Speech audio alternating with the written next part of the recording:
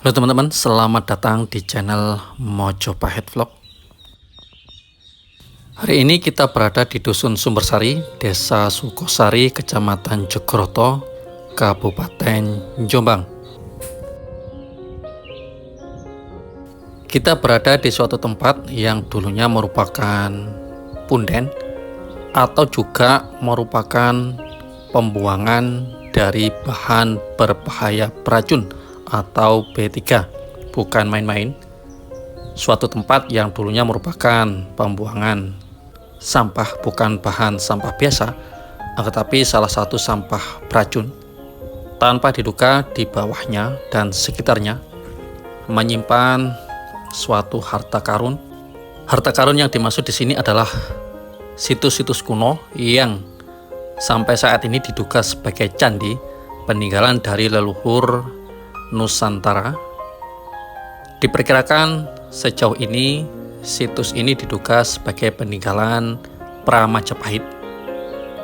Untuk masanya memang masih perlu penelitian lebih lanjut, tapi hingga kini diduga melihat bentuk dari batanya dan juga pola-polanya, diduga ini adalah pada zaman Majapahit dan kemungkinan juga pada masa Empu Sindok, karena dari ukuran batu batanya mirip sekali dengan situs Pandegong yang tidak jauh dari tempat ini, dan juga situs Mbrau yang berada di daerah Mojokerto.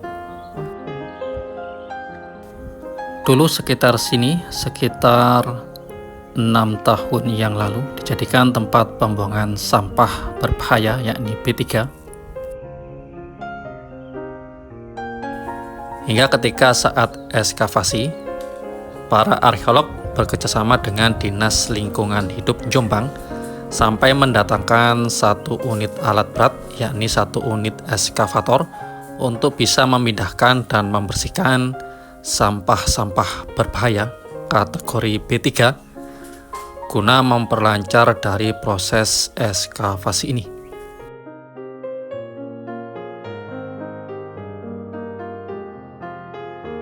Di samping dulunya sebagai tempat pembuangan sampah B3, di sini juga ada makam, tepatnya yang di tengah sana itu yang diberi pagar.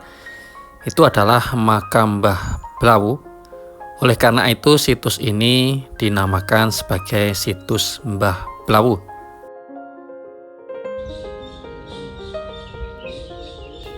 Tentang sosok Mbah Blawu sendiri yang dimakamkan di atas situs kuno ini, keberadaannya maupun sejarahnya di tengah-tengah masyarakat juga masih mengandung misteri. Siapakah dia, asalnya dari mana, dan sejarahnya dulu di sini seperti apa? Memang masyarakat masih sulit untuk menjelaskan, karena memang keberadaan makam ini sudah ada sejak lama.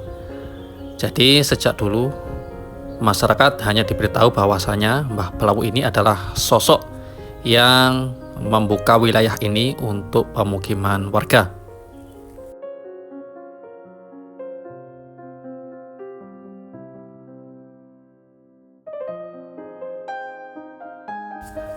Menurut keterangan warga sekitar yang sudah berusia lanjut, bahwasanya area ini dulu sebelum ditemukan struktur kuno yang diduga candi, bahwasanya ini adalah tanah yang tinggi dan dianggap sebagai punden. Di sini juga dulunya sering ditemukan sejumlah arca, namun berukuran agak kecil, dan juga ada arca yang berukuran agak besar, mirip-mirip seperti arca Dwarapala, dan sejumlah sepasang berukuran tinggi sekitar 120 cm sampai 130 cm. Tetapi menjelang tahun 70-an, kedua arca tersebut sudah tidak ada. Entah kemana hilangnya kedua arca tersebut, karena memang masyarakat pada zaman tersebut kurang terlalu perhatian dengan peninggalan-peninggalan seperti itu. Berbeda dengan zaman sekarang, edukasi tentang peninggalan leluhur sangat masif dilakukan di tengah-tengah masyarakat. Hingga masyarakat jika menemukan sesuatu yang berhubungan dengan peninggalan masa lalu, segera mereka rata-rata melaporkan ke dinas yang terkait. Seperti yang kita lihat sekarang ini. Ini adalah peninggalan zaman dulu. Ini struktur batanya 1, 2, 3, 4, 5, 6, 7, 8, 9, 10. Ada 10 struktur bata kuno. Ini perakatannya juga menggunakan teknik gosok berukuran cukup besar. Dan seperti yang dibilang tadi, ukurannya mirip dengan ukuran bata yang berada di situs Candi Pendegong dan juga di Candi Mrauh di daerah Mojokerto. Untuk ketinggian dari situs Mbah Blawu ini sekitar 130 cm. Bangunannya berbentuk bujur sangkar berukuran 9,9 kali 9,9 meter.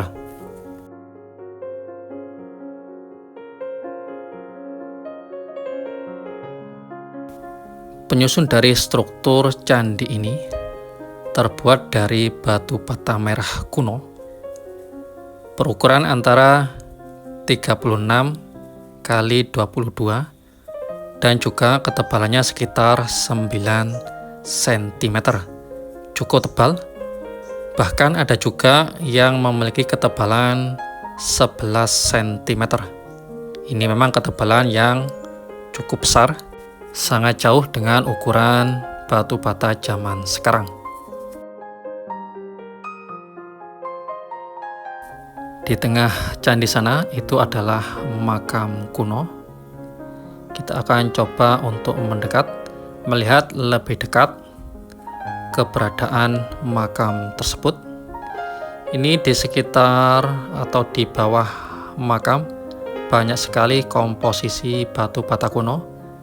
Kalau yang di bawah ini ada semennya batu bata modern, tetapi yang di bawah ini teman-teman yang kita pegang ini adalah komposisi batu bata kuno.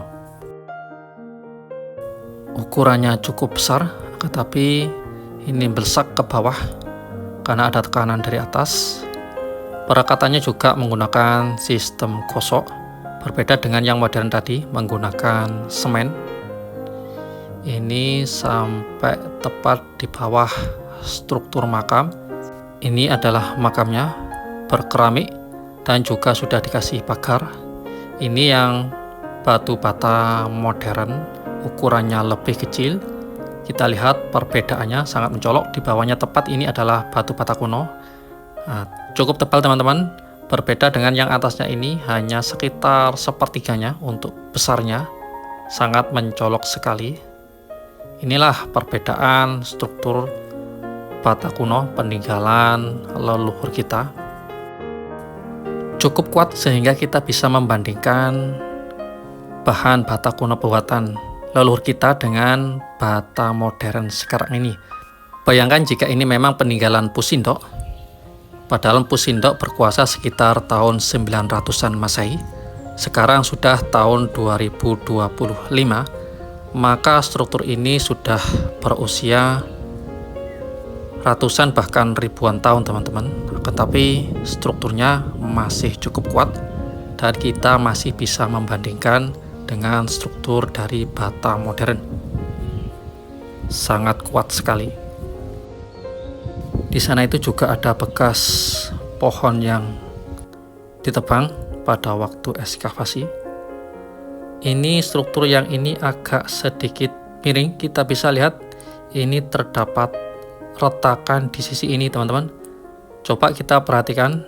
Nah ini sangat kental sekali, agak sedikit condong ke arah keluar. Di atasnya juga kita lihat retakan-retakan di atas batu batanya. Semoga saja untuk struktur yang bagian ini tidak sampai roboh.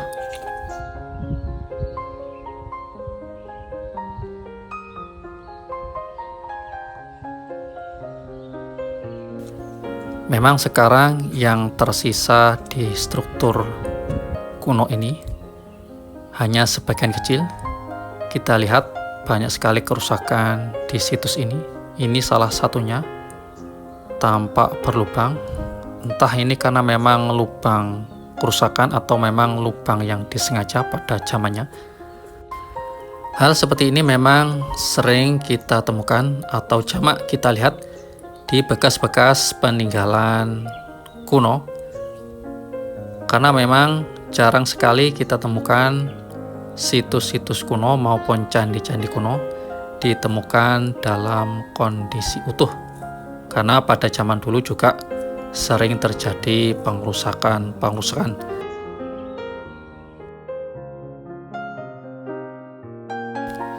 Ini di sebelah sini tampaknya ini sumuran dari candi ini.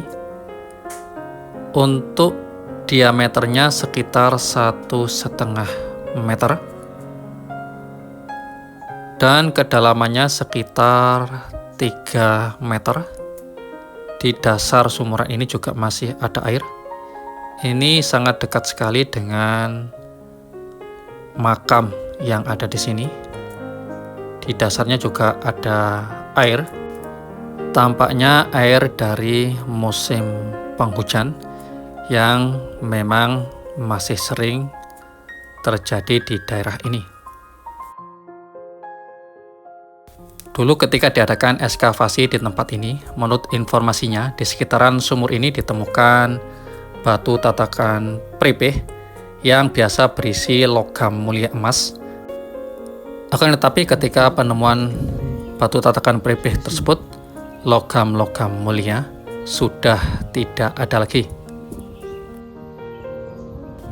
Bangunan purbakala ini juga dilengkapi dengan adanya struktur keluar berpola huruf T di setiap sisinya, yakni di sisi utara, barat, selatan, dan juga timur. Tetapi struktur yang berada di sisi timur mengalami kerusakan yang cukup parah.